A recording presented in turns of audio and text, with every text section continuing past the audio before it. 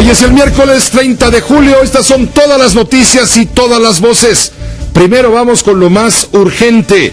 La Procuraduría General de la República ha enviado un citatorio a Rodrigo Vallejo Mora, hijo del exgobernador Fausto Vallejo, para que comparezca ante el Ministerio Público de la Federación y aclare su presencia en este video donde se le vincula con la tuta. Aunque anoche Jesús Murillo Caram, el titular de la PGR, anunció que en el video Vallejo Mora aparece con el líder de los templarios, se está trayendo a México, dijo, para que declare. Y del resultado de su declaración y las pesquisas que se hagan, se tomará una decisión, como la que hemos tomado anteriormente en casos similares. Estamos hablando de Jesús Reina García, quien fuera secretario general de gobierno del estado de Michoacán, hoy en prisión, sujeto a proceso. Estamos hablando de José Trinidad Martínez Pasalagua, alias El Trino, líder transportista, exdiputado federal del PRI. Estamos hablando del exalcalde de Lázaro Cárdenas, del exalcalde de Aguililla, del extesorero de Lázaro Cárdenas, todos bajo la sombra, sujetos a proceso judicial. ¿Qué dijo la CEIDO al emitir el citatorio oficial al hijo de Fausto Vallejo, a Rodrigo Vallejo Mora, alias El Gerber? Te escuchamos con la información, Javier Navarro. ¿Qué tal, Pepe? Pues sí, efectivamente es la Procuraduría General de la República la que da a conocer que ya se envió un citatorio a Rodrigo Vallejo Mora, hijo del ex gobernador del estado de Michoacán, para que se presente a declarar con relación a este video que se da a conocer y en el que aparece Conservando Gómez Martínez, alias La Tuta, líder del grupo criminal autodenominado Los Caballeros Templarios. Junto con esto, Pepe, se da a conocer una publicación que se tiene en una página de la red social de Facebook del hijo de Fausto Vallejo, en la que menciona que él se presentará a declarar ante el Ministerio Público de la Federación, acatando este citatorio, para esclarecer estas circunstancias, dice, de tiempo, modo y lugar de su encuentro videograbado con La Tuta. En este espacio comenta lamentar profundamente que por ser hijo de quien es, no se le da el beneficio de la duda, y con este video editado se haya presumido su culpabilidad, atropellando el principio constitucional de presunción de inocencia, y Vallejo Mora sostiene su versión de haber sido víctima de un levantón. Con esto, Pepe le asegura que los delincuentes le obligaron a resistir contra su voluntad a esa reunión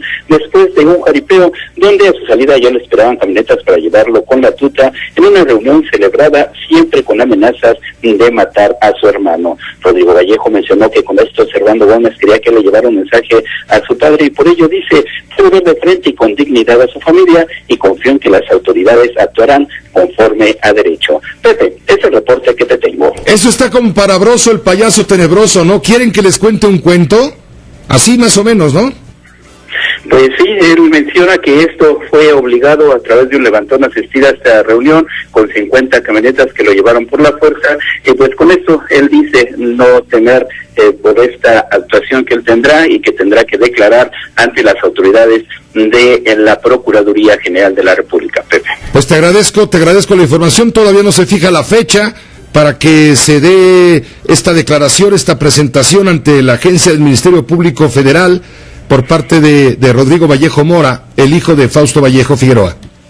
Así es, Pepe, es lo que aclara la Procuraduría General de la República, no hay una temporalidad, sin embargo, ya se tiene este citatorio para que comparezca esta persona ante las autoridades de la Procuraduría General de la República, ya sea esto en el estado de Michoacán o directamente aquí en la Ciudad de México, en la Subprocuraduría especializada en investigación en delincuencia organizada. Pepe. Muchas gracias por la información, Javier Navarro, quedamos bien pendientes. Gracias, buenas tardes. Muy buenas tardes. En un momento haremos contacto con Morelia, Michoacán, con Francisco García Davich de la agencia informativa Cuadratín, la que destapó todo este ruido tremendo. Obviamente no lo provocó, simple y sencillamente lo informó. Lo que ha provocado el escándalo es lo que contiene la información divulgada en el video de 18 minutos y segundos, divulgada hace 2 días en la noche, ya tarde, después de las 10 de la noche, por la agencia de Paco García Davich, la agencia Cuadratín. Mire, respecto a asistir, a presentarse, a acudir al citatorio de la PGR, el propio Rodrigo Vallejo Mora, bien lo informa mi compañero Javier Navarro, dice que va a acudir, que sí va a acudir. Es un texto que publicó en su cuenta del Facebook, de la red social. Textual dice: Como lo he dado a conocer, me presentaré a declarar con toda puntualidad ante las autoridades, acatando el citatorio que ha emitido la PGR. Esto sucedió, esto lo escribió apenas hace unos minutos. Ahí expondré los hechos tal y como sucedieron y presentarles las pruebas que acreditan que la reunión a la que los delincuentes me forzaron a asistir fue en contra de mi voluntad, tal y como en todo momento he sostenido y como se lo he hecho saber a mi propia familia. Lamento profundamente que por ser hijo de quien soy no se me dé el beneficio de la duda y que con un video editado se presuma mi culpabilidad. Vallejo Mora dijo que confía en las autoridades y que actúe claro conforme a derecho. Sin embargo, puedo ver enfrente a mi familia con dignidad, sigue diciendo, y confío ampliamente en que las autoridades actuarán conforme a derecho. Es el texto publicado hace unos minutos, le digo, por Rodrigo Vallejo Mora, el hijo de Fausto Vallejo, en su cuenta de la red social Facebook. Antes por la mañana, había concedido una entrevista al grupo Radio Tele de Morelia, Michoacán. Ahí asegura en esta entrevista que se reunió con el líder templario porque fue obligado. El hijo de Fausto Vallejo negó tener relación con la tuta y dice que lo llevaron a la fuerza. Escuche usted. Estoy muy bien, tranquilo y todo. Oye, yo me quiero referir directamente al video que ha circulado en las redes sociales, que ha circulado en todos lados y que data precisamente de tu presencia en un comedor, un café a la orilla de la carretera con Servando Gómez alias La Tuta. Rodrigo, ¿eres tú quien está en el video? Afirmativamente, Rafael. Bien, yo me quiero referir directamente y exclusivamente a este video. ¿Cómo llegaste a la reunión con La Tuta? ¿Te llevan? ¿Tú llegas? ¿Pactas una entrevista? ¿Cómo llegas tú a ese lugar? ¿Que dónde es, por cierto? Mira, la mera verdad es que íbamos para ver unas obras que se habían hecho. Ahí, no recuerdo bien este lugar, ¿cómo se llama? Ahí por donde radica este hombre. Cerca de Tumbiscatío. Allá, en eso, nos dicen unas personas, véngase por favor, nos daría mucho gusto que nos acompañara a un jaripeo y todo eso. Te invitan a un jaripeo. En cuanto nos sentamos, me dice uno de seguridad de los que yo traía, y me dice, vamos ya porque estamos viendo camionetas y gente armada. En el momento que yo salgo, llegan dos personas y me dicen, ¿lo mandan a llamar? Le digo, ¿quién? Me dice, pues el señor. Le digo, pues ¿cuál señor? Me dice, el profesor. Me dice, pero yo no tengo nada que hablar con él. Me dice, va. Entonces, bueno, vamos, escoltados de 5 camionetas, aproximadamente de unas 30, 50 personas en total. Le digo a los muchachos que no hagan nada, nos citan en la carretera, en una fonda era donde vendían golosinas y todo eso, cervezas. Me siento, empieza a llegar más gente y bueno, me empieza a comentar, me empieza a cuestionar sobre la salud de mi papá, sobre quién ejerce el poder, sobre pues, varias circunstancias que ahí en el video lo ven, ¿sí? Me invitan unas cervezas, todo eso. Bueno, la verdad, antes de, no sé por qué, porque fue editado el video,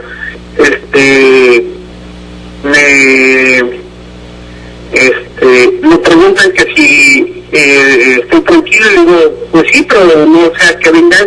Y dice, no te preocupes, no va a pasar nada, venimos a ver, nosotros somos conciliadores. Y dije, bueno, perfecto.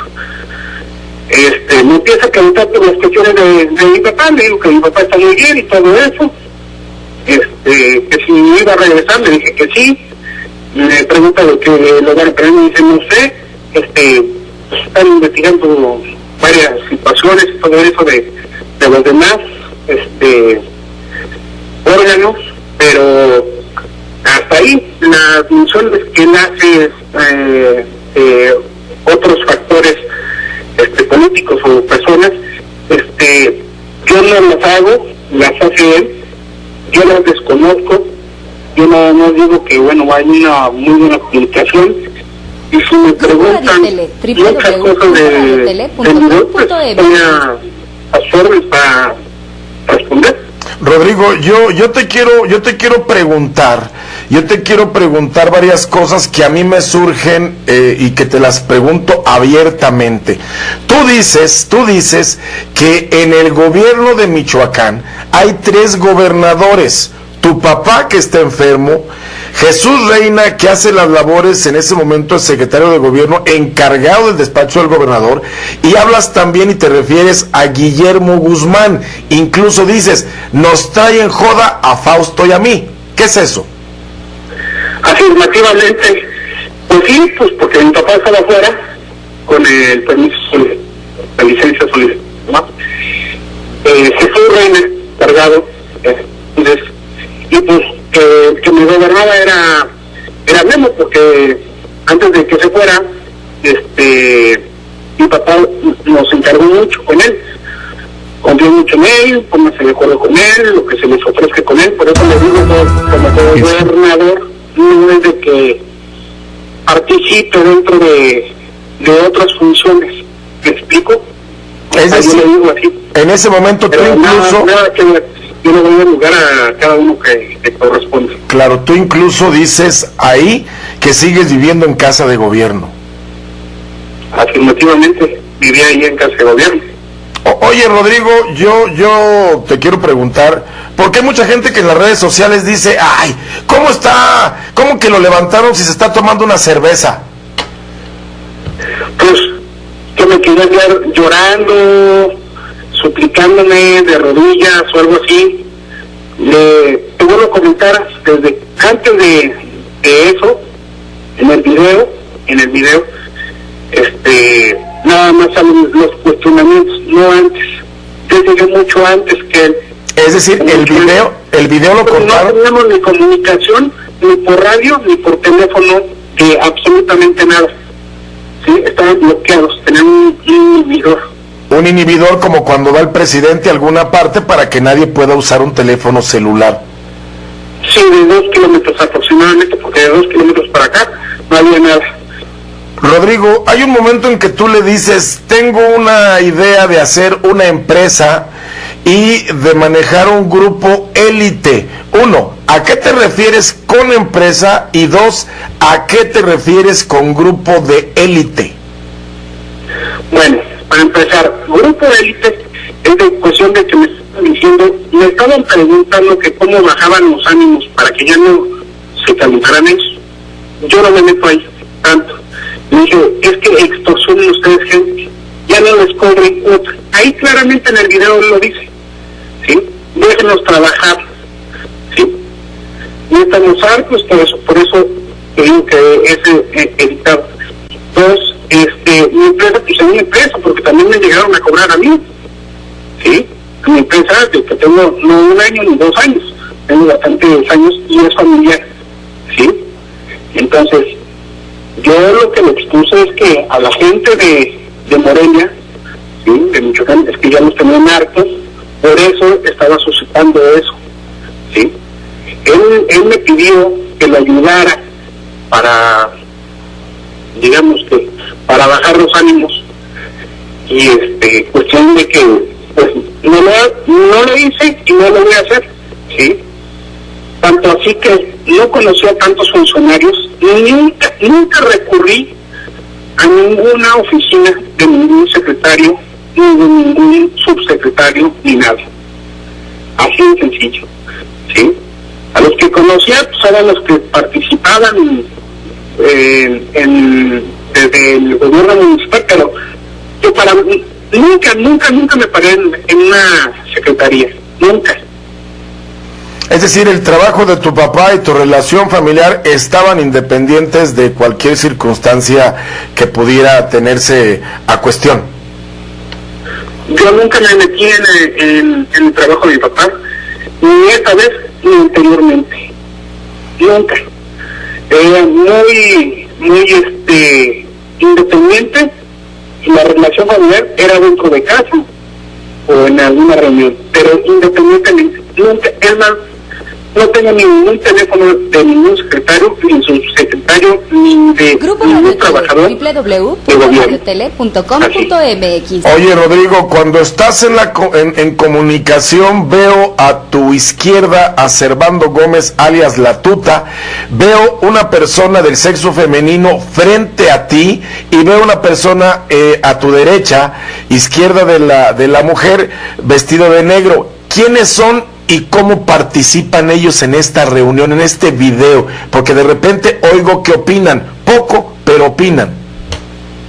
No, la feminista iba conmigo, es maestra, sí, iba conmigo, me dice acompáñame, desde hace mucho tiempo, era maestra, me dice que trabajaba, y yo sé que trabaja ahí en CEU, sí, y todo eso, era un fin de semana, ¿de acuerdo? O sea, tú ibas... Nos fuimos tarde para la señora. Claro. Entonces, se salió desde como a las 12 para llegar como a las 2:30, por lo menos 3, al lugar donde íbamos. Entonces, pero ella se pone nerviosa, hasta dice, vamos a, como que estén pacíficamente bien, ¿no? Así, es lo único que opina esta persona. La otra persona es un amigo que no tiene absolutamente nada que ver, ¿sí? Que el chiste lo hago cuando digo, no, hombre, hasta su papá se le cayó un diente, que quién sabe qué, de los nervios que traía y todo eso. Pero te digo que el video está muy cortado, muy diferenciado. Es decir, alguien le quitó pedazos. Por ejemplo, de las partes que le quitaron, ¿qué nos comentarías? ¿Qué hay ahí que tú digas, esto lo quitaron? Desde que llegué hasta que salí. Digo, y desde que salí, pues fue una parte, digámoslo así, no sé, porque yo también vi otro video, pero nada más como que en una grabación, pero todo la chingada, y le digo, no, sí, está bien, adelante, y todo para adelante, no hay ningún problema, ¿sí? Pero de eso, de lo que yo dije a lo que yo hice, absolutamente nada. Yo creo que porque yo no tenía alcance la grabación o algo así, pero yo lo acompañé hasta la camioneta, porque me dijo, ven, lo acompañé hasta la camioneta y ahí fue cuando me dijo, ¿sí? Pero yo no tengo absolutamente nada, digamos, Son los puntos clave de esta entrevista realizada esta mañana por el periodista Rafael Cortés, director de noticias de Grupo Radio Tele de Morelia, Michoacán. Estaba la emisora transmitiendo su programación normal cuando de pronto cortó su transmisión habitual para interrumpir con esta entrevista que se estaba realizando justo en ese momento. La entrevista de Rafael Cortés con Rodrigo Vallejo Mora, hijo del ex gobernador de Michoacán, quien de esta manera habla por primera vez luego de la aparición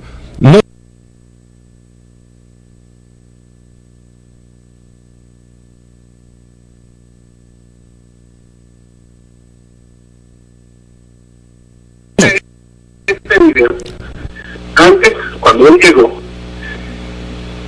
esta entrevista se da primero antes del citatorio enviado ya, hecho público ya por la Procuraduría General de la República para que el Gerber, como lo apodan, pueda comparecer ante el Ministerio Público de la Federación. Y antes, claro, de que él contestara a través de la cuenta de Facebook lo que le comenté hace un momento, que está dispuesto a presentarse a declarar con toda puntualidad ante las autoridades, acatando el citatorio que ha emitido la PGR. Es muy diferente. Él es muy encerrado en su grupo. Y dice, no, pues es que la verdad es que... Bueno, la descripción es larga, la entrevista dura aproximadamente unos 30 minutos. Hemos escogido sin cortar, pero hemos escogido la primera parte, que es la que a juicio de este equipo de trabajo le ha parecido la más importante, sobre todo porque es la primera vez que habla Rodrigo Vallejo, el hijo del exgobernador. Habla sobre el famoso video divulgado por la agencia informativa Cuadratín. También hace un rato se ha emitido un comunicado por el propio exgobernador Fausto Vallejo en retiro. Asegura que si se acredita que su hijo Rodrigo asistió por voluntad propia a un encuentro con el crimen organizado, pide que se le castigue conforme a la ley. En un momento le leo el comunicado de Fausto Vallejo Figueroa, exgobernador de Michoacán, y haremos contacto con Paco García Davis, director de la agencia informativa Cuadratín. Multilínea 5166-3403. Lada sin costo 01800-800. En un momento le voy a leer a usted el comunicado de Fausto Vallejo Figueroa, gobernador, quien dimitió a su cargo hace un par de meses por motivos de salud. Bueno, de una vez le doy el comunicado, aquí lo tengo. Dice textualmente: a los michoacanos, en el servicio público siempre me he conducido con absoluto apego a la ley, convencido de que es el único camino que nos puede conducir a la paz y al desarrollo. En mi paso por la política partidista y la administración pública, he respetado y he instruido categóricamente a que sin distingos se respete la ley de forma irrestricta. Hoy más que nunca ratifico lo anterior. Como lo hice del conocimiento público, en su momento fui informado que diversos empresarios y presidentes municipales habían sido obligados a reunirse con delincuentes, y en ese contexto fue en el que mi hijo me manifestó que había sido víctima de un levantamiento cuando yo me encontraba fuera del país por el tratamiento médico que es conocido por todos. En ese sentido manifiesto que desde mi persona, mi familia, hasta cualquier otro ciudadano, se debe investigar y proceder conforme a derecho corresponda. Mi hijo Rodrigo deberá declarar las causas que motivaron su proceder. Si se acredita que asistió por voluntad propia, enfáticamente lo digo, que se le castigue conforme a la ley. Sin embargo, si se le comprueba que asistió bajo amenazas e intimidaciones en contra de su voluntad, esto deberá ser sopesado por las autoridades competentes. Confío en mi hijo, pero deberán ser las autoridades las que deslinden responsabilidades.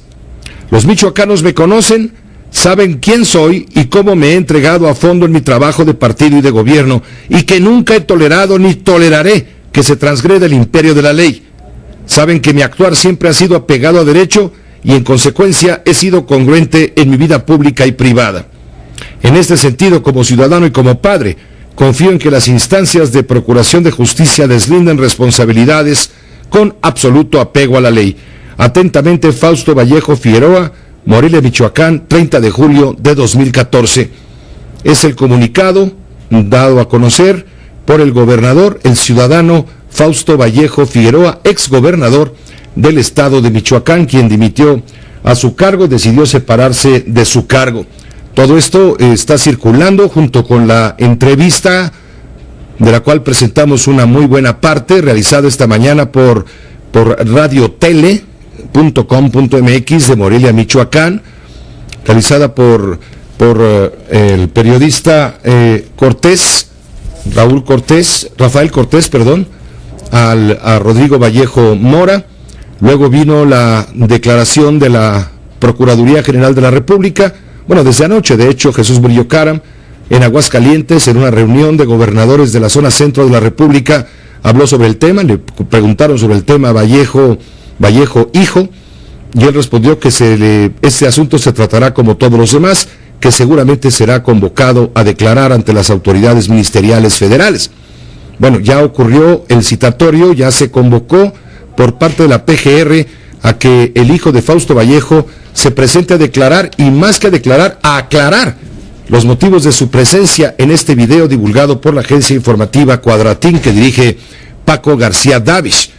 Ha respondido ante este citatorio de manera formal el propio Rodrigo Vallejo Mora a través de su cuenta de Facebook, señalando que él acudirá puntualmente a este requerimiento de las autoridades. Estamos en la línea justamente con Paco García Davis, Francisco García Davis, director de la agencia Cuadratín. Paco, ¿cómo te va? Buenas tardes. ¿Qué tal, Pepe? Muy buenas tardes, muy buenas noches, a la orden, Pepe. No, escuchándote con interés, las reacciones que todo esto ha suscitado una vez que Cuadratín, tu agencia, presentó justamente este video que ha causado tal polémica.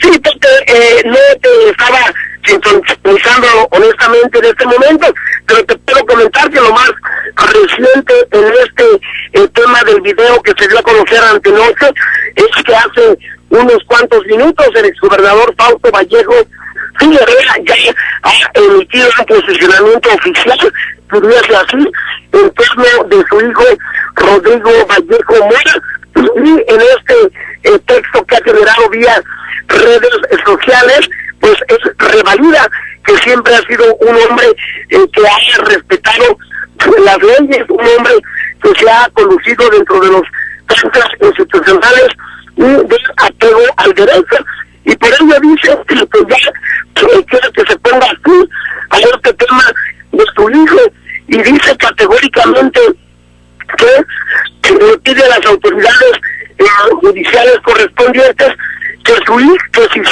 se demuestra que su hijo fue por voluntad propia a esta reunión con la tuta, que lo castiguen con todo el rigor de la ley, pero también reclama que si a su vástago lo llevaron contra su voluntad, si se demuestra de que fue coaccionado para estar presente en lo que evidencia el video correspondiente, pues también que se le exima de cualquier responsabilidad. Recuerda en esta correspondencia que hace pública que él en diferentes momentos estuvo advirtiendo los escenarios dramáticos que prevalecían en Michoacán y que afectaban por igual a diputados, a alcaldes y a personajes de diferentes sectores sociales. Entonces ese es el dramático exhorto, el dramático planteamiento que formula Fausto Vallejo Figueroa en defensa y en desagravio de su hijo Rodrigo Vallejo Mora.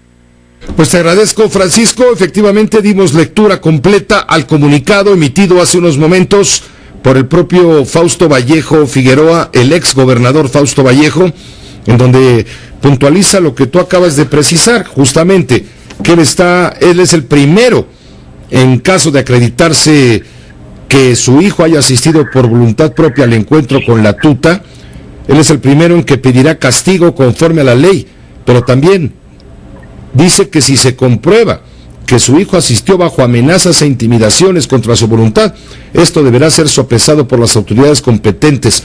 Y él insiste, confío en mi hijo, pero deberán ser las autoridades las que deslinden responsabilidades. Esa es la esencia, y salvo eso, bueno, pues me imagino que no se habla de otra cosa en los cafés de los portales ahí de la bellísima ciudad de Morelia. Sí, efectivamente, Pepe, ha sido el tema que ha estado concitando las pláticas, las tertulias, los posicionamientos de todos los sectores sociales, Pepe, y también pues no dejar de soslayar un dato que tiene que ver con que quien sale mal parado en todo este tema es el Procurador General de la República, el señor Murillo Caram, quien cuando generalmente aborda los temas michoacanos pues no es muy preciso. Anoche él afirmó que ya estaba siendo llevado el señor Rodrigo Vallejo Mora ante la Procuraduría General de la República para rendir declaración, y hoy en esta conversación que tiene Rodrigo Vallejo con una radiodifusora local, dice que hasta ese momento, 3:15 de la tarde, pues nadie lo había buscado, nadie lo había requerido, y él era uno de los primeros también interesados en que ya lo llamen, porque él pues quiere decir su verdad, quiere expresar sus argumentos de por qué estuvo presente en este encuentro, Pepe. Pues Francisco, quedamos bien pendientes, dando seguimiento puntual a través de la agencia informativa Cuadratín, la cual tú diriges, para tener informada a toda la audiencia también aquí en Grupo Fórmula. Por supuesto, Pepe, un abrazo para ti, un saludo para todo el público. Igualmente, gracias, Paco García Davis, director de Cuadratín. Hagamos una pausa breve, iremos al Congreso. Ya fue aprobado el tercer dictamen energético en lo general. Los legisladores deciden abrir también el sector eléctrico a la inversión privada. Artículo por artículo de la ley de Pemex. Hacen también un régimen de excepción para los trabajadores petroleros. Le ruego me permita un segundo, por favor. Diputado Rubén. Radio Fórmula 970. Presidente, le quería yo hacer una pregunta a la diputada. Tiene 3 días que está pidiendo debate. A la hora que se da el debate con una pregunta de lo que ellos en el PRD está aquí y además está firmado por ellos. Sigue el debate, sigue la discusión del tercer dictamen energético. Ya se aprobó en lo general. Ese dictamen se refiere a la creación de las leyes de Pemex y de la Comisión Federal de Electricidad. Se han rechazado 13 mociones suspensivas de legisladores de la izquierda. El Pleno de la Cámara ya avaló en lo general, le digo, este tercer dictamen de leyes secundarias en materia energética. El dictamen contempla modificaciones a la Ley Federal de Entidades Paraestatales, la Ley de Adquisiciones, Arrendamientos y Servicios del Sector Público, la Ley de Obras Públicas y Servicios relacionados con las mismas. Vamos directamente hasta la Cámara de Diputados. Allá se encuentra mi compañera Sara Pablo, muy pendiente, desveladísima, dando seguimiento puntual a lo que ahí sucede, pues ahora sí que a todo volumen. Sara, ¿qué tal? ¿Cómo estás? Muy buenas tardes. ¿Qué tal, Pepe? ¿Cómo estás? Muy buenas tardes. Y ya escuchábamos cómo el debate subió de tono, a pesar de que ya se aprobó en lo general con 331 votos a favor, 132 en contra y una abstención de la panista Eufrosina Cruz. Esta ley de petróleos mexicanos y la ley de la Comisión Federal de Electricidad, se encendieron los ánimos. ¿Por qué, Pepe? Están discutiendo parte de lo que será el tema de pasivos laborales, y es que recordemos que una de las propuestas que hay en el PAN y en el PRI es que el gobierno federal absorba parte de estos pasivos laborales de petróleos mexicanos y de la CFE, que ascienden los de Pemex por lo menos a 1.7 billones de pesos, y este es el debate que se ha dado en medio de esta discusión, porque en el PRI sostienen que en el PRD presentaron una iniciativa en el año 2013, una iniciativa de reforma integral en el sector energético, donde señalan o proponen los PRDistas que se haga un diagnóstico por parte del director de Petróleos Mexicanos sobre estos pasivos laborales, y que en un plazo de 180 días a partir de la publicación del decreto, una estrategia para resolver este tema.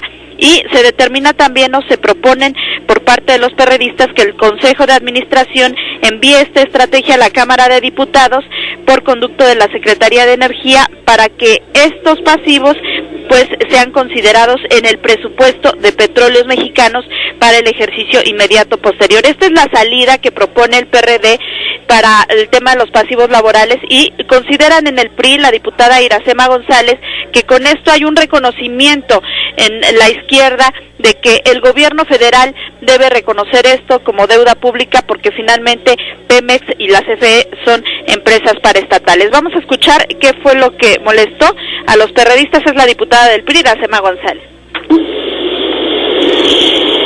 Esta es la iniciativa de reforma energética que entrega el PRD el 19 de agosto del 2013 a la Comisión Permanente, que fue turnado al Senado de la República. Aquí claramente se habla de la responsabilidad que tenemos de esos pasivos laborales. Esto molestó en el PRD porque dicen que están malinterpretando esta iniciativa. Fue la diputada Aleida Alavés quien molesta. Les dijo que lo que quieren en su partido es que primero se haga un diagnóstico de cómo se llegó a esta cifra de 1.7 billones de pesos, cómo estos pasivos laborales no se fondearon durante años y ahora quieren convertirlos en deuda pública. No voy a aceptar que ustedes me lean las iniciativas que yo misma firmo y respaldo y segundo.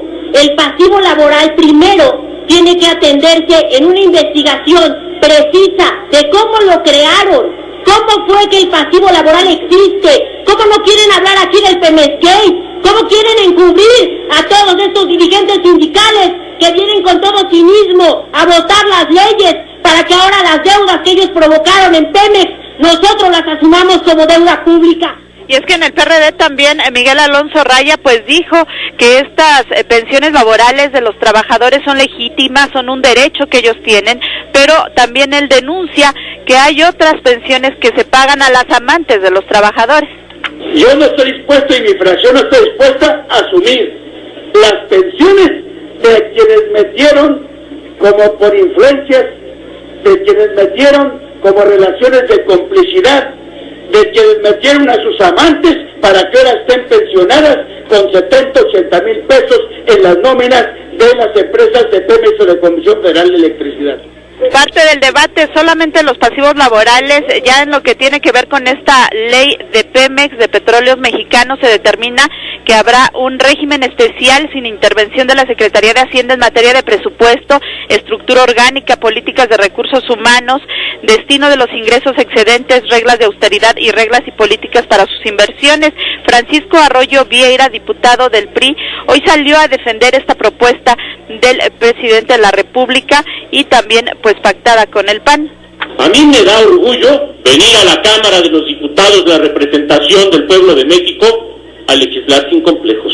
¿Es el petróleo causante de la riqueza nacional o es en este momento como está causante de nuestra desgracia? Otro momento que encendió los ánimos fue cuando subió a tribuna el perredista Luis Espinosa Cházaro, y es que no lo hizo solo, lo acompañaban algunos diputados del PRD, incluido su coordinador Silvano Aureoles. Él llevaba una gran manta, algunas otras del general Lázaro Cárdenas, pero en esta gran manta decía: gobierno o individuo que entrega los recursos naturales a empresas extranjeras traiciona a la patria. Desde abajo los priistas se encendieron, les pedían que la quitaran, y bueno, pues Luis Espinosa Cházaro dijo que ellos no tienen miedo porque no les preocupa que se les caiga un negocio jugoso millonario de la reforma energética. No grite, diputado, venga acá a la tribuna, no me grite, súbate, no se ha subido una sola vez, venga al debate, tenga vergüenza. ¿Qué les espanta? ¿Qué te espanta, diputado, ver una lona que te dice la verdad? Hay un dicho que dice que nos tienen miedo porque no tenemos miedo, y no tenemos miedo de que nos grite el diputado de abajo, y no tenemos miedo que se nos caiga un negocio. Pues sigue este debate, y bueno, están ahora en la discusión de las reservas. Son 584 reservas que serán abordadas.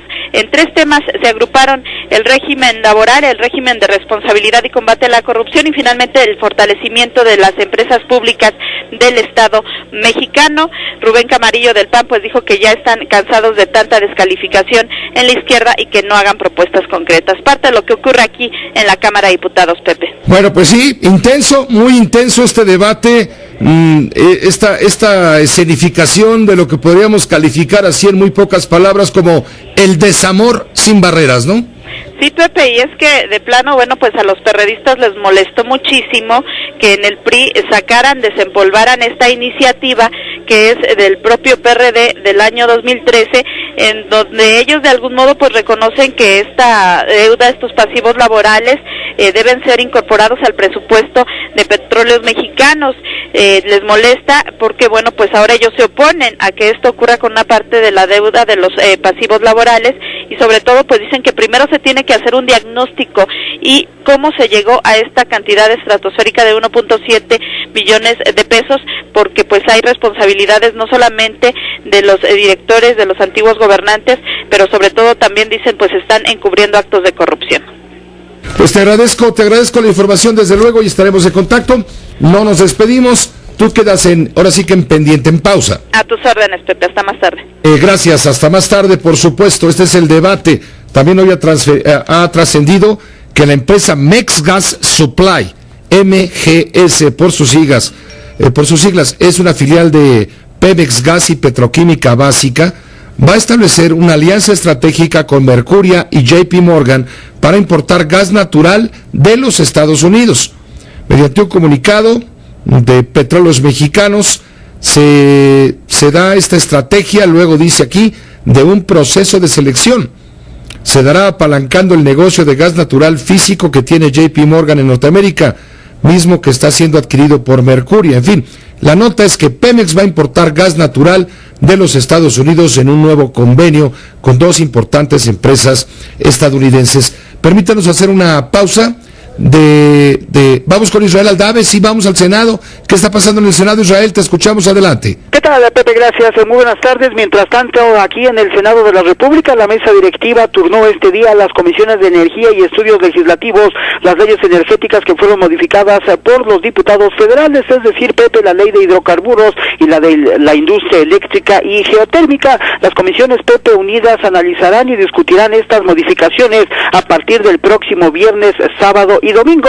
Es decir, Pepe, van a trabajar los senadores de estos miembros de estas comisiones el próximo fin de semana. Esto a decir del senador priista David Penchina, presidente de la Comisión de Energía, quien confirmó, Pepe, que si son aprobados precisamente, que reciban el palomazo por parte de los legisladores de todas las fuerzas políticas el próximo fin de semana, se estaría reanudando el periodo extraordinario de sesiones aquí, Pepe, en la Cámara Alta a partir del próximo lunes. Respecto a lo que dijera el día de ayer precisamente aquí en las instalaciones del Senado el gobernador de California, Jerry Brown, de que se tenía que tener mano dura con las empresas internacionales porque si no nos iban a comer vivos, hoy responde David Penchina y asegura que estas leyes conformadas son una de las mejores del mundo, de pesos y contrapesos, ya que conservan, dijo, la rectoría del Estado sobre el sector para poder hacer frente a los grandes intereses económicos. Así lo responde.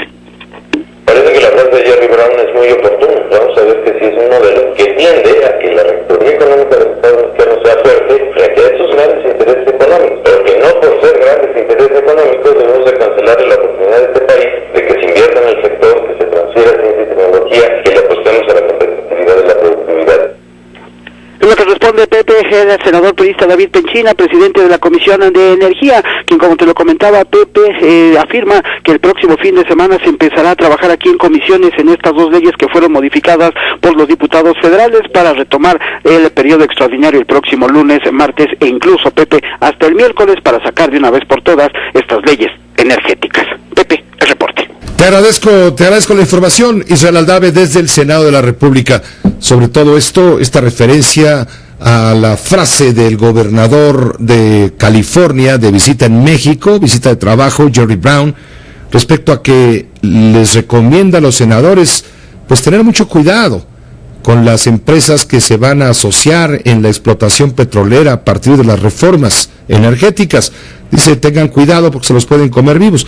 Dice hoy la rayuela del diario La Jornada, que dirige Carmen Lira, dice, dijo el gobernador Brown que si no hay mano dura con las empresas energéticas, se los comerán vivos.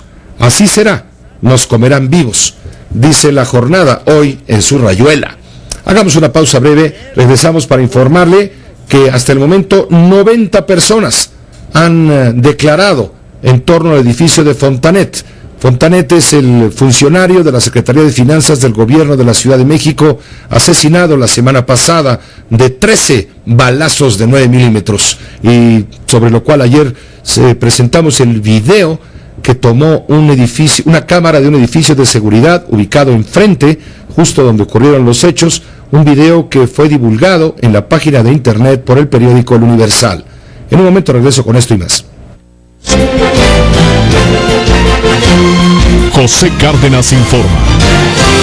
Toda la mañana, un programa para despertar en serio. Vive lo más relevante del... Nuevamente con mi compañero Javier Navarro, reportero de Grupo Fórmula. Él trae dos notas que tienen que ver con temas de la Ciudad de México, sin duda relevantes. Uno, el tema del asesinato de el señor director del área de catastro de la Secretaría de Finanzas del GDF, el señor Fontanet, asesinado la semana pasada. Ya han sido llamadas a declarar 90 personas en torno a este incidente, repito, del cual mostramos ayer el video que dio a conocer el periódico El Universal en su página de internet, video captado por una cámara de seguridad de un edificio localizado justo enfrente, donde ocurrieron los hechos en la calle de Patricio Sanz, en la colonia del Valle, hace 8 días. Han sido llamadas, le digo, a declarar 90 personas. Fuentes de la Fiscalía de Homicidios de la Procuraduría del DF continúan pues con las investigaciones de este homicidio del director del área de catastro de la Secretaría de Finanzas del GDF, José Ramón Fontanet Rendón. Le van a tomar declaración a 90 empleados. Tú tienes más información, Javier Navarro. Adelante, te escuchamos.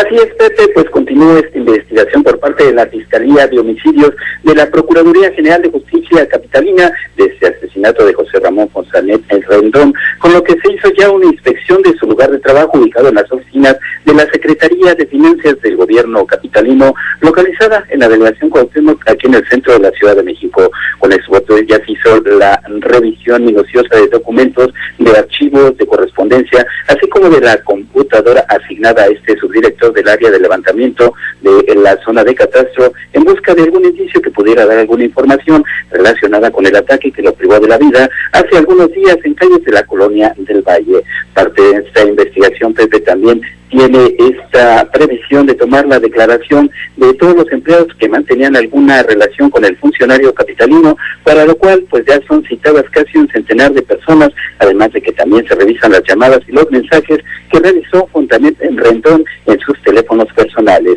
Además de esto, también se analizan estos videos de las cámaras de vigilancia de dos domicilios particulares que realizaron este ataque, de los cuales dos de ellos muestran a los sujetos que descienden de un automóvil Corolla de color oscuro, los que disparan en varias estaciones a Fontanet, y uno de ellos saca algo de la camioneta de la víctima para después arrancar velozmente de este lugar.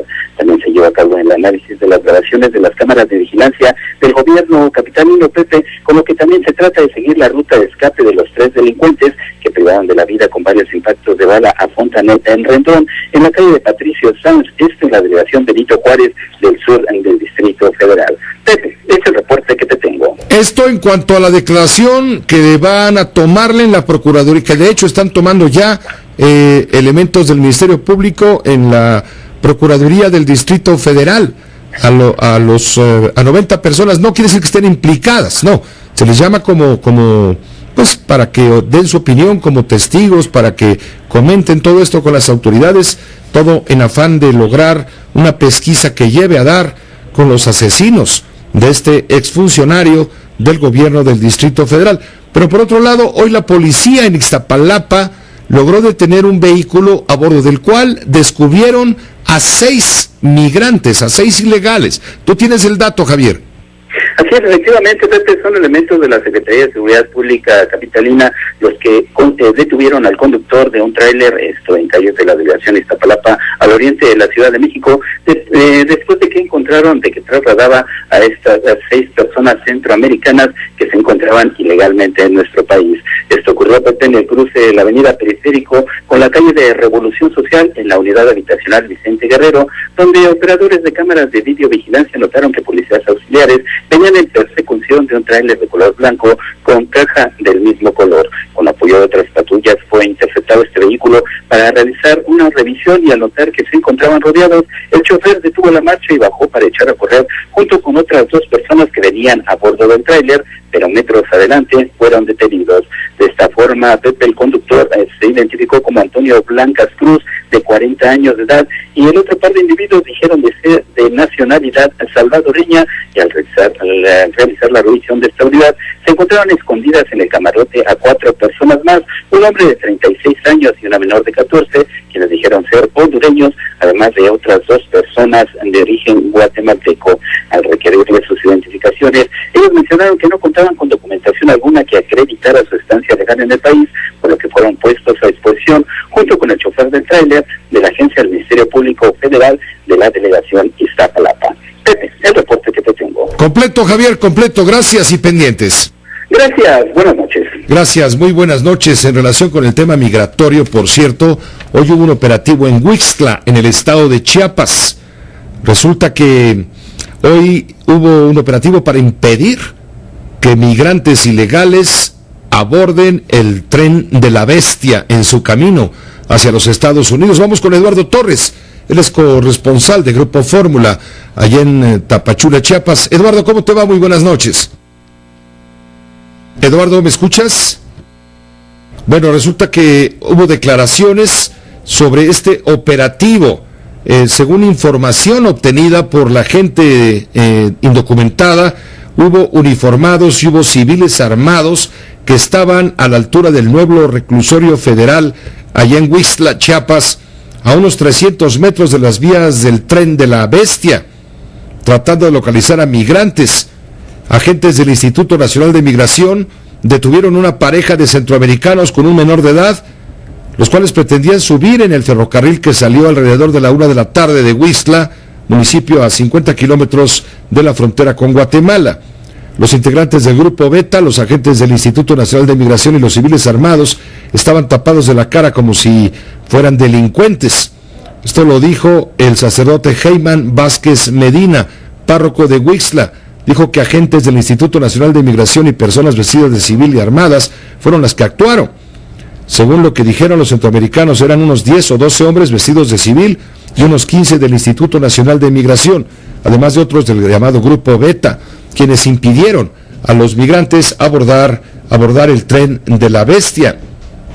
Bueno, y por cierto, hoy se ha comentado que acuerdan México y Estados Unidos repatriaciones ordenadas. El gobernador de California, de visita en México, también hoy habló de un plan serio para enfrentar el fenómeno de la migración, no solamente de mexicanos hacia Estados Unidos, sino también de Centroamérica. Javier Giles, ¿cómo te va? Muy buenas noches. ¿Qué tal, Pepe? Muy buenas tardes a todos. Autoridades de México y de los Estados Unidos se reunieron aquí en la Ciudad de México para acordar los procesos de repatriación de personas mexicanas, garantizando que sea un retorno digno, seguro y ordenado. Las delegaciones de ambos países instruyeron a sus respectivas agencias e instancias a efectuar las repatriaciones por 12 puntos específicos en los que existen infraestructura y programas de asistencia establecidos para recibir a los mexicanos en su retorno. La mayoría de estos puntos es desde luego en la frontera común México-Estados Unidos. Se acordó realizar las repatriaciones primordialmente en horario diurno, así como continuar explorando buenas prácticas que permitan mejorar el manejo de las pertenencias de los nacionales mexicanos repatriados. Ambas delegaciones compartieron información sobre los procesos y acciones implementadas para atender a los niños, a las niñas y a los adolescentes no acompañados. Como informábamos ayer, el gobierno de Estados Unidos durante este 2014 va a repatriar algo así como a 260,000 mexicanos desde el 1 de enero hasta el 31 de diciembre de este año, y ambos gobiernos se han comprometido en que estos regresos sean respetando los derechos humanos en orden y también con respeto. Pepe, el reporte. Te agradezco, Javier Giles, todo esto que se dijo hoy en relación con los temas de migración. También es noticia comentar con usted que ha trascendido al menos 200 niños y adultos de los 600 que permanecían en el albergue de la Mamá Rosa, el albergue conocido como La Gran Familia allá en Zamora, Michoacán, van a ser entregados por la Procuraduría General de la República a los Centros de Desarrollo Integral de la Familia del DIF. Autoridades ministeriales a cargo del resguardo del albergue van a permanecer en el inmueble hasta que parta el grupo de menores y adultos, para quienes se tienen listos 4 camiones, los cuales los van a trasladar a centros del DIF. Los menores van a ser llevados al DIF del estado de Michoacán en Morelia y los mayores al DIF nacional con sede en la Ciudad de México. También irán a Morelia una veintena de madres internas de La Gran Familia, quienes se han negado a dejar el albergue debido a que sus hijos tienen un acta de nacimiento con los apellidos Verduzco, como solía registrarlos la Mamá Rosa. Las madres buscan comprobar el parentesco con sus hijos para poder llevarlos con ellas. La PGR sometió a estas madres y a sus hijos a pruebas de ADN desde el pasado 16 de julio, un día después de intervenir en el albergue allá en Zamora, pero los resultados no habían llegado hasta la mañana del miércoles. También familiares que demanden les devuelvan a sus hijos y adultos seguirán a los camiones hasta que estos les sean entregados. El edificio, propiedad de La Gran Familia, va a permanecer en poder de la PGR, quien está llevando a cabo un inventario de los enseres que quedan luego del desalojo. Los bienes que sean producto del delito serán entregados para su custodia al SAT, al Servicio de Administración Tributaria. Se espera que la salida de los últimos albergados de La Gran Familia ocurra esta misma tarde. Mientras la gente recoge su ropa y sus pocas pertenencias, en el albergue se escucharon las notas de Por una Cabeza, tango del violinista Nicolás Benedetín, y con el que se despidió el Titanic antes de hundirse, lo que hacía decenas de hermanos de crianza abrazarse antes de decirse adiós. Recuerde que este albergue de La Gran Familia era también una escuela, además de albergue, claro, una escuela en donde se impartían clases de música a buen nivel reconocido, al más alto nivel, reconocido incluso por la Secretaría de Educación Pública. O sea, están hablando pues de algo que ellos conocen, esta melodía de Por una cabeza, este tango que tocaba la orquesta del Titanic en el momento del hundimiento. Bueno, pues hoy de manera simbólica se hizo escuchar sus acordes. ¿Por qué? Porque todo indica, el albergue de la gran familia allá en Zamora, Michoacán, va a ser cerrado. No va a funcionar más como albergue, en lo que hay otras disputas de carácter legal por este enorme predio, esta enorme escuela, fundada por Rosa del Carmen Verduzco, conocida como la Mamá Rosa, hoy la polémica Mamá Rosa, ángel para muchos, demonio para otros. Déjenos hacer una pausa, regresamos con más información. Multilínea 5166-3403. Bueno, ha terminado el partido ya en el Estadio Azteca. En un momento tendremos la información desde el lugar. El América le ganó al Atlético de Madrid visitante. Bueno, fue disputado. Sí, le ganó en penales porque el partido terminó en ceros y se fueron pues a los tiros de castigo para definir a un ganador de la Copa Euroamericana, así le llaman, lo que eso signifique. Y el América pues finalmente logró los goles. El portero del América muy bueno, detuvo 2 penales, eso marcó la diferencia. También el América falló, el Atlético más. Aquí gana el que, no tanto el que acierta, sino el que falla menos. Y el portero fue el último en tirar el penal, el último, y lo anotó. Se convierte en el héroe de la jornada en este partido que ha convocado a los aficionados a las Águilas del América en el Estadio Azteca. Vamos con Rafael Cardona, vamos a echar un vistazo a lo último que es noticia, lo relevante de la información que se ha generado desde Michoacán, en relación con los decires, ires, veres de todo lo que ha acontecido en torno al hijo de Fausto Vallejo Figueroa, el gobernador del estado, quien ya emitió un comunicado diciendo que está abierto y dispuesto a que se investigue a fondo, pero que se investigue a fondo, 1, si hay responsabilidad de su hijo, 2, si no la hay, también que se investigue a fondo para deslindar cualquier sombra de sospecha después de lo que ha provocado el video difundido por la agencia informativa Cuadratín. Rafael, ¿cómo te va? Muy buenas noches. Pepe, qué gusto en saludarte. Un gusto también en saludar a nuestro público, a nuestros televidentes. Mucho misterio, ¿no? Radio escuchas. Mira, Pepe, apenas hace unas horas, antier que estuve aquí conversando contigo, hablábamos de cómo los medios distorsionan los procesos judiciales. Hablábamos del asunto de Michoacán, de esta cosa de Mamá Rosa, y de algunas otras cosas en las cuales la concurrencia de los medios va sembrando veredictos parciales que después es muy difícil corregir o revertir o echar abajo. Estamos en eso cuando de pronto aparece el enésimo video escándalo. No es el primer video en el cual uno de los hijos del señor Vallejo aparece en malas compañías. Pero las circunstancias que rodean al gobierno de Michoacán y la presencia misma de un comisionado plenipotenciario que hace las veces de gobernador en una forma extraña del virreinato metaconstitucional que tenemos los mexicanos en esa parte del país, le da a este video una muy distinta connotación. Yo recuerdo cuando los videoescándalos de René Bejarano, la gente dijo, ese señor es un ladrón, pero nadie lo vio robarse nada. Un señor le daba dinero a otro, pero no se lo estaba robando. En todo caso, estaban compartiendo algo bien habido o mal habido, pero no era un robo.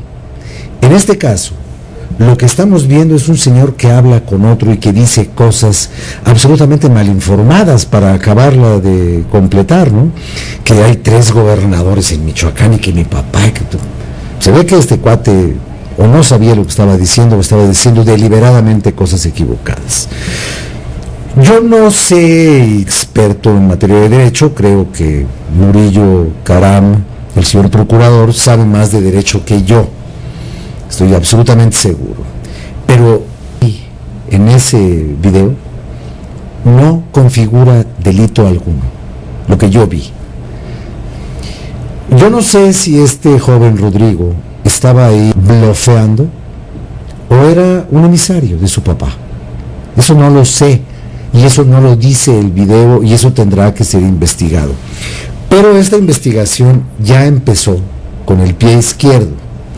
Y empezó con el pie izquierdo porque hemos pasado de la suposición de que el procurador dijo en Aguascalientes que este señor ya estaba ahí detenido o presentado al menos para que declarara, informara qué estaba haciendo tal y cual, a una aclaración de que no, lo vamos a llamar para que haga y para que diga. Y en ese lapso, en esas horas de indefinición entre que estaba o no estaba, lo único que se siembra es la incertidumbre frente al principio de un proceso, lo cual puede ser tardíamente o posteriormente utilizado como una evidencia de la deficiencia en el debido proceso, con las consecuencias que ya todos conocemos cuando se invoca la pureza de un proceso judicial en la suerte de un detenido, procesado y hasta sentenciado. Ya lo hemos visto decenas de veces, decenas, y lo vamos a seguir viendo. Aquí, ¿qué fue lo que ocurrió? La declaración misteriosa, no sabemos si fue producto del manoseo por la urgencia de la instantaneidad, Pepe, porque ahora en los medios todo mundo tiene prisa. La prisa que le da la posibilidad tecnológica de enviar la información. Pero enviar información no significa enviar información fidedigna, confirmada, cierta, veraz y por tanto oportuna. Estamos viviendo en los medios en la cultura de ganar las voladas y perder las noticias. Eso nos debe preocupar a todos los que ejercemos este oficio, que antes tenía otros códigos, el código de la confirmación de las cosas. Hoy nos alegramos con publicar lo que ha trascendido, no lo que se ha confirmado. En este caso, yo no sé si Rodrigo Vallejo es para dolor de cabeza de su santo padre, y le digo santo padre porque debe estar sufriendo el pobre hombre. Yo no sé si se trata del hijo desobediente. Cuídate, mijito, no andes con malas compañías, y a lo mejor no hizo caso. O se trata del hijo obediente. Mire, mi hijo, vaya y dígale a la tuta lo que yo no le puedo ir a decir. No sabemos si es un hijo desobediente, es un hijo obediente o es un hijo desobediente. No lo sabemos todavía. Entonces, si este asunto de litigar y condenar en los medios va a ser suficiente para llevar a este señor a la cárcel, no lo creo. Pero sí fue suficiente para algo. Si había un acuerdo, que a partir de esto no te preocupes, Fausto, tú eres intocable, sí, será intocable judicialmente, pero mediáticamente, que es otra forma de hacer justicia, el señor Vallejo ha sufrido el peor de los escarnios. Con esto, él y su familia se hunden y se hunden durante muchos años. ¿Por qué? Porque nadie les va a creer que se trataba de algo inocente. Les prueben o no les prueben una culpabilidad real, la sola insinuación documentada que te da el video, como todos los demás videos, pregúntenle a Purificación Carpintero qué delito cometió, si no estaba planeando cometerlo, pues no lo cometió. Y pregúntale a toda la gente que ha sido exhibida en videos, en grabaciones ilegales. Pregúntale a cualquier víctima del espionaje si el espionaje le causó el daño que se suponía le iba a causar en los tribunales. Nadie te lleva a un tribunal por un video. Y si te lleva, te exoneran, te sacan. Un buen abogado. Imagínate a Juan Velázquez con esto, se muere de risa. Se carcajea, hombre, 45 minutos es mucho para que su cliente esté ahí, ¿no? O a Javier Olea, o cualquiera de estos abogados, Alonso Aguilar, cualquiera de estos tiburones de la barandilla, lo saca de volada. ¿Por qué? Porque las evidencias no confirman las suspicacias.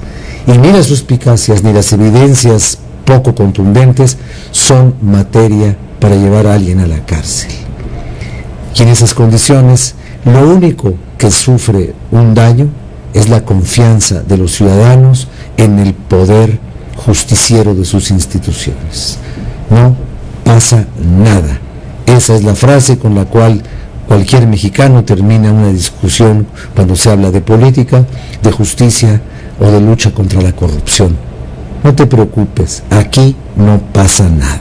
Gracias, Rafael Cardona. Gracias, Pepe. Gracias, buenas noches. Buenas noches. Rafael Cardona, gracias. su cristalazo, el tema era obligado. Hagamos una pausa, regresamos, hay más información, vamos a echar un vistazo también a lo internacional. Hay un nuevo ataque israelí a un mercado de Gaza, se habla por lo pronto de 17 muertos, hay condena mundial, sobre todo a partir de la Organización de las Naciones Unidas, porque hoy fue atacada otra escuela de las Naciones Unidas, así como una oficina del delegado de la ONU para buscar la paz en la zona, paz que por supuesto no ha encontrado, y ahora menos que le acabaron la oficina. Vamos a una pausa. Se lleva a cabo en estos días, un simposium para discutir el tema de las drogas, su eventual legalización, sobre todo en el tema de la marihuana. Hoy el poeta rebelde Javier Sicilia, el dirigente del Movimiento por la Paz con Justicia y Dignidad, levantó la voz justamente para decir que la droga debe ser controlada y no prohibida. Marta Alicia Villela, tú estuviste pendiente de este foro. Adelante, ¿cómo te va? Muy buenas noches.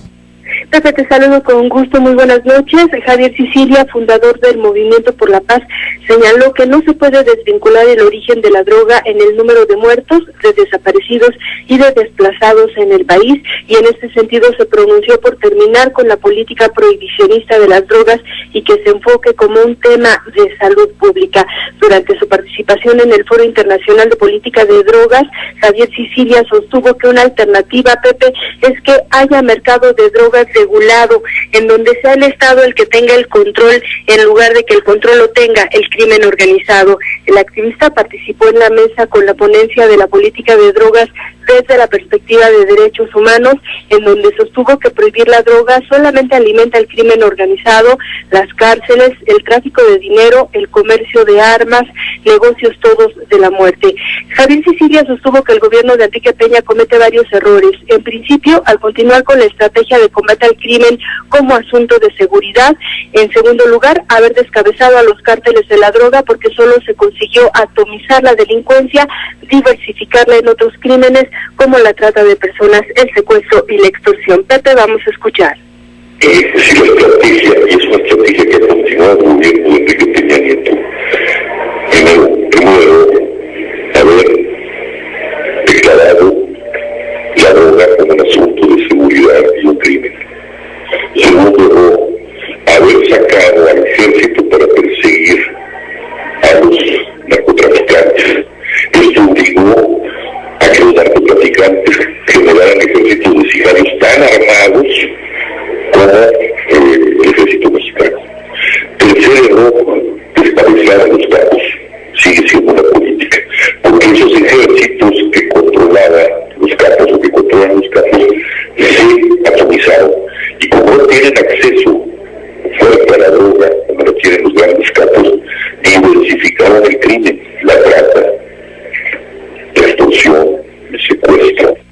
Pepe, Javier Sicilia criticó también la postura del gobierno federal al no permitir la actuación de las autodefensas, como se vio con la detención de José Manuel Mireles en Michoacán, en lugar de investigar los nexos del crimen organizado con la familia del exgobernador Fausto Vallejo. Pepe, lo más importante en la información. Muchas gracias Marta Alicia Villela, muy buenas noches. Buenas noches.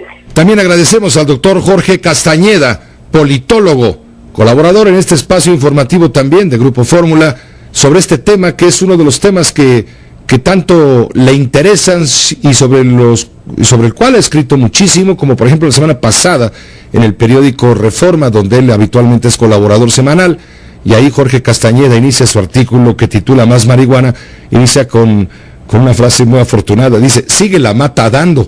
Jorge, ¿cómo estás? Buenas noches. ¿Qué tal, Pepe? ¿Cómo te va? Gusto saludarte como siempre. Igualmente, Jorge, sigue la mata dando sin duda. Bueno, después de ese artículo de la semana pasada, ha habido dos acontecimientos muy importantes, quizás de importancia desigual. El primero, por supuesto, es este foro que comenzó antier o ayer, creo, y que sigue hoy mañana, donde ha habido participantes mexicanos y extranjeros muy notables, y aunque ha habido algunas voces más bien a favor de mantener la política prohibicionista, sobre todo las voces se han manifestado a favor de algún tipo de despenalización o legalización del consumo y la producción y el comercio de la marihuana o de la marihuana y otras drogas. El otro acontecimiento de gran importancia, Pepe, es que este domingo pasado el periódico estadounidense The New York Times publicó un editorial institucional de la casa, pues, con la opinión de la casa, ya a favor de la despenalización plena del consumo, producción, distribución, comercio de marihuana en Estados Unidos a nivel federal. Y anunció que durante 8 días estaría publicando editoriales específicos sobre distintos temas para abrir el debate, ya habiendo el periódico tomado su posición. Como tú sabes bien, Pepe, pues el New York Times es el periódico más influyente de Estados Unidos, más bien de corte demócrata o progresista, diríamos en México. De todas maneras es el periódico de las élites norteamericanas, es el periódico de la clase política, es el periódico de la academia y de los intelectuales, y que una institución en el fondo tan conservadora haya adoptado esa postura, pues creo que tiene mucho que ver con el cambio que se ha dado en todo el mundo, en Estados Unidos, en América Latina, sobre todo en Uruguay, por supuesto, y que se está dando en México, Pepe. Se está comenzando a dar, bueno, se ha venido dando en México, ha sido un poco desinflado la iniciativa de un grupo de la sociedad que se ha expresado a favor de las drogas, a favor pues de la legalización de la marihuana. Hoy lo decía Javier Sicilia, sí, no se trata de promover la drogadicción, no, se trata de que el Estado tome el control y que este control no siga en manos de la delincuencia. Bueno, Pepe, es la vieja analogía que creo que usaba Lenin para la independencia de los pueblos. Una cosa es permitir el divorcio y otra cosa es estar a favor de él. Entonces el Estado no fomenta el divorcio, pero lo permite. El Estado no fomenta ni el consumo de cigarros, ni de alcohol, ni de comida chatarra, pero lo permite. Pues el Estado no debe fomentar el consumo de marihuana o de drogas, pero en nuestra opinión, es decir, todos los que firmamos un desplegado hace un año, incluyendo por supuesto a Javier Sicilia, la opinión nuestra es que se debe legalizar el consumo de marihuana en el Distrito Federal. Tienes razón, se ha desinflado, en parte por que el jefe de gobierno, Miguel Ángel Mancera, pues no ha tomado la decisión de echar esto para adelante, y en parte porque la fracción mayoritaria del PRD en la Asamblea del DF, pues no se ha puesto de acuerdo en cómo impulsar esto. Es una lástima, porque México, la Ciudad de México, podría ser la primera gran capital del mundo en legalizar el consumo, y eso tendría una enorme importancia para todos, pero sobre todo ratificaría ese carácter progresista, liberal, abierto, de modernizador y moderno de nuestra capital en temas como el aborto, como los matrimonios gay, como la voluntad asistida, etcétera. Ahora este proceso de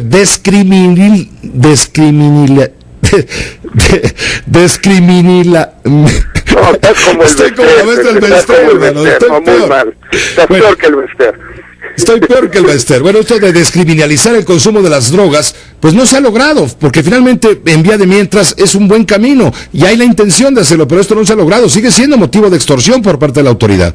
Extorsión y detención, porque hay una enorme cantidad de mexicanos que son detenidos todos los días en toda la República por poseer, incluso portar cantidades mínimas de marihuana, o incluso en muchos casos cuando se la siembran, como lo que acusó justamente el doctor Mireles en Michoacán cuando fue detenido. No sabemos si eso es cierto o no, pero el hecho de que se recurra a esa acusación o a ese recurso para detener a alguien como Mireles, pues nos da la idea de cómo es nocivo, esto pernicioso, esta criminalización en toda la sociedad mexicana. Tenemos a muchísima gente en la cárcel, Pepe, en todo el país, por haber cometido el delito de portar 10 gramos, 15 gramos de marihuana en la bolsa, y ir a la cárcel durante mucho tiempo, donde ahí sí sale con un doctorado de criminalidad, de delincuencia.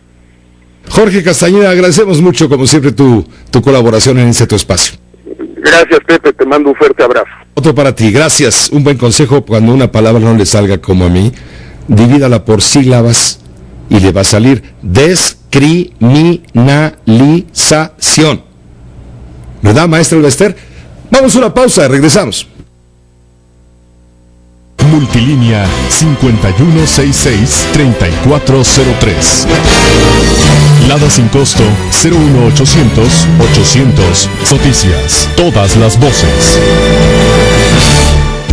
Antes de ir con el tema de Israel, la crisis en Medio Oriente, debo informarle que ya se determinó en Nueva York que no hubo acuerdo entre los tenedores de bonos del gobierno argentino y, claro, el gobierno de aquella nación sudamericana, y por lo tanto Argentina acaba de entrar en lo que llaman una moratoria de pagos a los acreedores de sus bonos.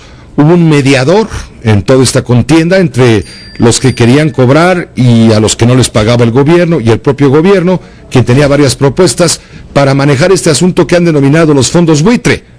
El caso es que se fracasó en las negociaciones entre el gobierno argentino y estos fondos. Vamos con Celia Mendoza, periodista en Nueva York. Ella tiene esta última información, sin duda de alto impacto, que no dejará dormir esta noche a la presidenta argentina, Cristina Fernández.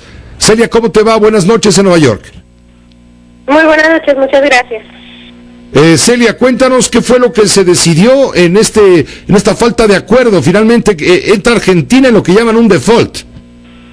Así es, el gobierno de Argentina le ha llamado un default técnico porque ellos aseguran que no han dejado de hacer el pago, que significaría que es un default neto. Ahora, lo que ellos están en este momento tratando de hacer es de llegar a un acuerdo, y no se pudo llegar. Desde el día de ayer estaban en negociaciones con el mediador que impuso la Corte de Nueva York y el juez Tomás Griesa, y estuvieron con él Daniel Pollack, inclusive el ministro de Economía, Axel Kicillof, llegó anoche a ser parte de esta reunión y se creía, de hecho la noche de ayer él manifestó a los medios de comunicación que hoy se iban a reunir de nuevo y que la idea era llegar. Esto no sucedió, no llegaron a un acuerdo con los inversionistas de los fondos, llamados fondos buitres por el gobierno de Argentina, y lo que ha sucedido ya el día de hoy es que el rango del crédito de Argentina fue bajado por Standard & Poor's, que es la organización que se encarga de dar la calificación crediticia, y desde luego esto va a crear muchas complicaciones.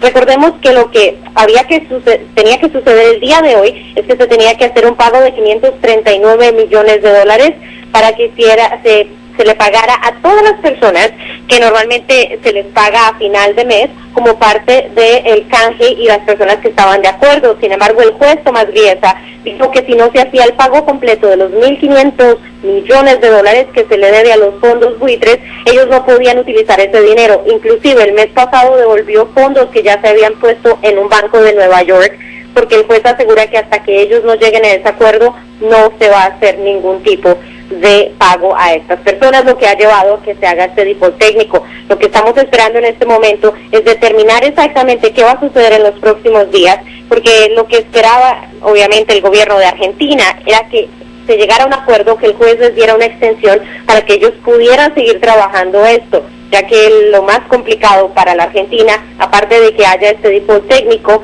es que si ellos llegaban a hacer un acuerdo en este momento, la cláusula Rufo les podría aplicar a final de año, cuando las condiciones de los acuerdos que se hicieron con aquellos que se acogieron al canje se vencen, y esto realmente pondría a la Argentina en una situación muy difícil económicamente, ya que si se le dan mejores condiciones a los fondos buitres, estas se les tendrían que mantener al 90, más de 90% que se incluyó en el canje. Así que realmente es una negociación muy difícil, y desde luego para la Argentina este es un golpe muy duro.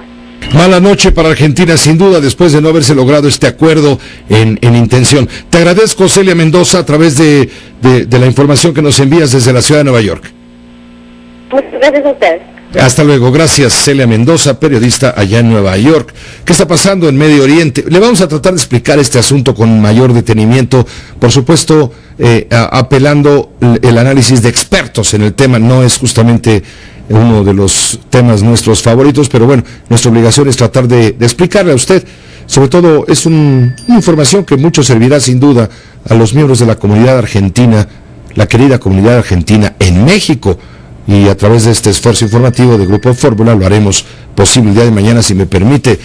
Vamos primero con lo también urgente, sin duda, la situación, la crisis que prevalece allá en el conflicto entre Israel y Gaza. Bombardea Israel otra escuela de la Organización de las Naciones Unidas. Yolanda Álvarez tiene la información. Una neblina gris cubre la franja de Gaza después de la peor noche de bombardeos israelíes. No han pasado más de 3 segundos sin oír una explosión. 1, 2, 3. El ejército israelí ha disparado 3 misiles dentro de esta escuela de la UNRWA, la agencia de la ONU para los refugiados palestinos. Un cuarto justo en la puerta del colegio, donde yacen los cadáveres de varios burros reventados por la explosión.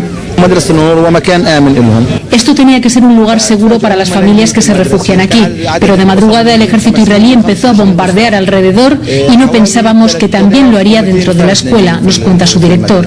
Dentro había 3.200 personas, todas habían huido de sus casas obedeciendo las advertencias de evacuación del ejército israelí, pero eso tampoco ha librado de la muerte a una veintena de ellas, la mayoría mujeres y niños. Cuando se produjeron los ataques a las 5 de la madrugada, en esta aula había unas 70 personas, todas ellas mujeres y niños. No es la primera vez que Israel ataca durante esta ofensiva militar una escuela de las Naciones Unidas. Ataques que violan flagrantemente el derecho internacional. No necesitamos una guerra. Si ellos la necesitan, entonces de acuerdo, matadnos a todos de una vez y no nos dejéis sufrir más. Las milicias lanzan un cohete y se esconden bajo tierra, y entonces Israel nos bombardea. Queremos a nuestros hijos vivos, reclama indignada Saba. La escuela está en el campo de refugiados de Jabalia, la zona más poblada de toda Palestina. Desde luego Estados Unidos condenó este bombardeo israelí a las escuelas en Gaza en general y en particular a esta escuela de la Organización de las Naciones Unidas. Dijo el gobierno de Washington estar sumamente consternado de que miles de palestinos no estén a salvo en las zonas de la ONU en la franja de Gaza. Sin embargo, condena a quienes esconden armas en instalaciones de esa organización. Por cierto, proyectiles israelíes impactaron también la oficina del coordinador de las Naciones Unidas para el proceso de paz. Jordi Trujols tiene la información. El complejo en Gaza de la oficina del coordinador especial de la ONU para el proceso de paz en Medio Oriente sufrió el impacto de diversos proyectiles que causaron daños al edificio principal y a vehículos oficiales. Todo el personal resultó ileso. En un comunicado, el coordinador especial Robert Serry explicó hoy que 5 proyectiles cayeron dentro del complejo y otros 2 en las proximidades en la mañana del martes. Serry manifestó profunda preocupación por ese incidente y otras violaciones de las instalaciones de Naciones Unidas durante este conflicto y condenó la pérdida de vidas de civiles, incluidas la de personal de la ONU.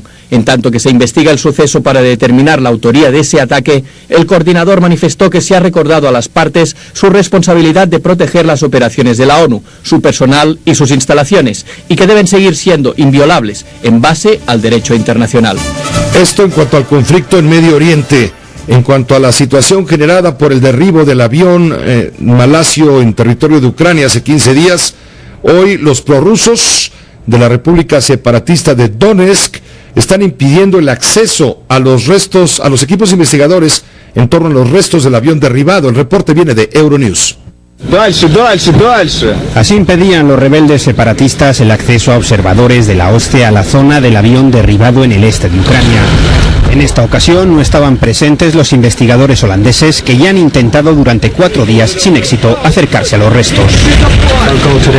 Nuestra misión aquí hoy era comprobar las carreteras, las rutas de entrada y salida y ver la situación de la seguridad, que es parte de nuestro mandato y que es lo que llevamos haciendo en los últimos 3 meses.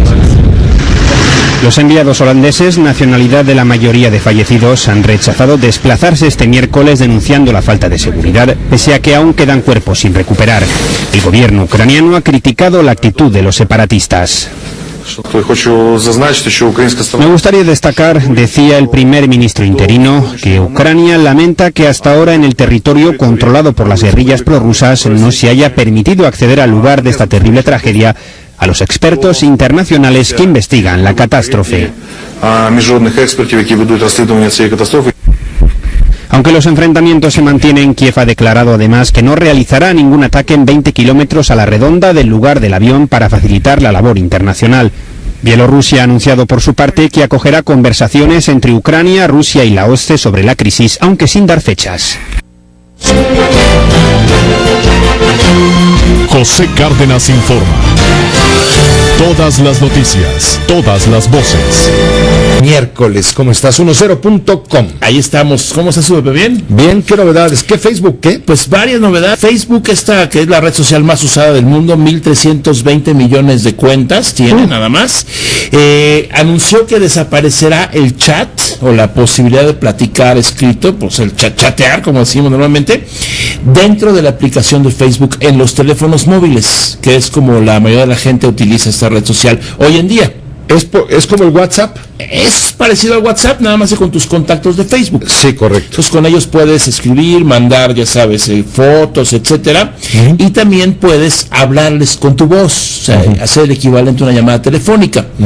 Lo que se podía hacer es hacerlo desde la aplicación o el icono de Facebook que todos conocemos, y a través de la aplicación Facebook Messenger, que era otro programita que bajabas. Lo que decide ahora Facebook es que ya va a eliminar o a retirar esta función de chatear de la aplicación de su WhatsApp, digamos. Su WhatsApp, y ahora tendrás, o sea, no pasa nada, simplemente tendrás que descargar otro programita que es sin costo, igual que es el Facebook Messenger, para poder seguir chateando. Todo es automático, no hay que configurar nada ni moverle nada al teléfono, pero con este parece que se están moviendo bien las piezas del ajedrez de la ventana. Mira, Facebook tiene 1.320 millones de cuentas. WhatsApp, que lo acaba de comprar Facebook hace unos cuantos meses, te iba a preguntar, sí, pagó 19,000 millones de dólares, tiene 500 millones de usuarios, números redondos. Le sigue el servicio Line, otro servicio que hay por ahí, 400 millones de usuarios. WeChat, otro más, 395 millones. Skype, este popular servicio que era originalmente de una compañía y ahora ya es de Microsoft, 300 millones, y ahí se van otros servicios adicionales. ¿Qué pasa con esto? ¿Por qué es tan importante en los celulares? Porque eventualmente van a reemplazar todos los planes de minutos y los segundos y todo que hay ahora en la telefonía celular. Tú hoy pagas normalmente tienes un plan, o si haces recargas, y ese dinero que tú pagas te incluye cierto número de minutos, algunos números gratuitos para hablar con tus familiares, etcétera, algunos cuantos megabytes de información para que puedas ver videos o usar estas aplicaciones.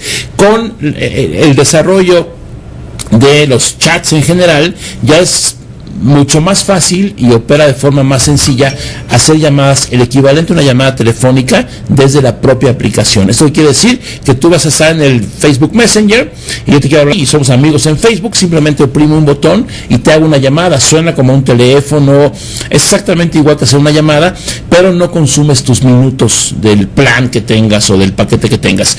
¿Qué va a pasar ahí? Mucha gente dice, no, es que los celulares ya no, las compañías que ofrecen servicios de telefonía celular ya no van a vender minutos. No importa, te van a cobrar los datos, o sea, finalmente van a vender megabytes. Sí, o sea, en lugar de tu plan incluir 100 minutos o X o 40 o los que tú quieras, va a cambiar de bolsillo el dinero, ¿no? Le van a poner por megabyte. Por megabyte. Afortunadamente, hablar por teléfono no consume tantos datos, o sea, tú puedes hablar mucho con poquitos megas. Entonces, esta noticia de que va a desaparecer el chat de Facebook, no pasa nada, no desaparece, simplemente se elimina dentro del icono, para que se entienda, donde usabas tu Facebook en tu dispositivo móvil, y ahora vas a tener otro icono que se llama Facebook Messenger y ahí vas a poder hablar. Aquí lo interesante es que ¿qué va a hacer Facebook con WhatsApp? Porque es de él. Es de ellos mismos, exacto, no entran ahí en una competencia interna. Seguramente, porque WhatsApp anunció en febrero de este año que ya se va a poder también hablar por teléfono, el equivalente. Como Skype. O como otros que hay por ahí que se puede hacer esa función, o como el propio Facebook Messenger. Entonces WhatsApp, que es 500 millones de usuarios, quién sabe finalmente qué vaya a hacer Facebook con él. Era papa caliente y lo tenía uno, lo tenía otro, y la competencia es muy fuerte, y finalmente el cheque con más ceros salió ahí de la oficina. 19,000 millones de dólares pagó Facebook por WhatsApp, esta compañía que tiene ya varios años, se posicionó por buen servicio, y bueno, pues no desaparece el chat de Facebook, simplemente cambia de nombre, se escinde, si hablamos de empresas, sale del Facebook, y ya veremos qué pasa con esta historia de los mensajeros, que está empezando apenas la competencia y la guerra. Muchísimas gracias. Con mucho gusto, Pepe. El ingeniero Javier Matuk, 10.com. Le agradecemos, por supuesto, compartir su conocimiento sobre estos grandes temas que a usted y a mí nos interesan tanto. Vamos a una pausa, ya no. Vamos a despedirnos, agradecer su atención, su confianza y lo demás, y a invitarlo para que mañana en punto de las 6 de la tarde nos acompañe nuevamente, como todos los días, con todas las noticias y todas las voces. Quédese a continuación con la Fórmula Financiera en radio y en Telefórmula con Ricardo Rocha. Hasta mañana.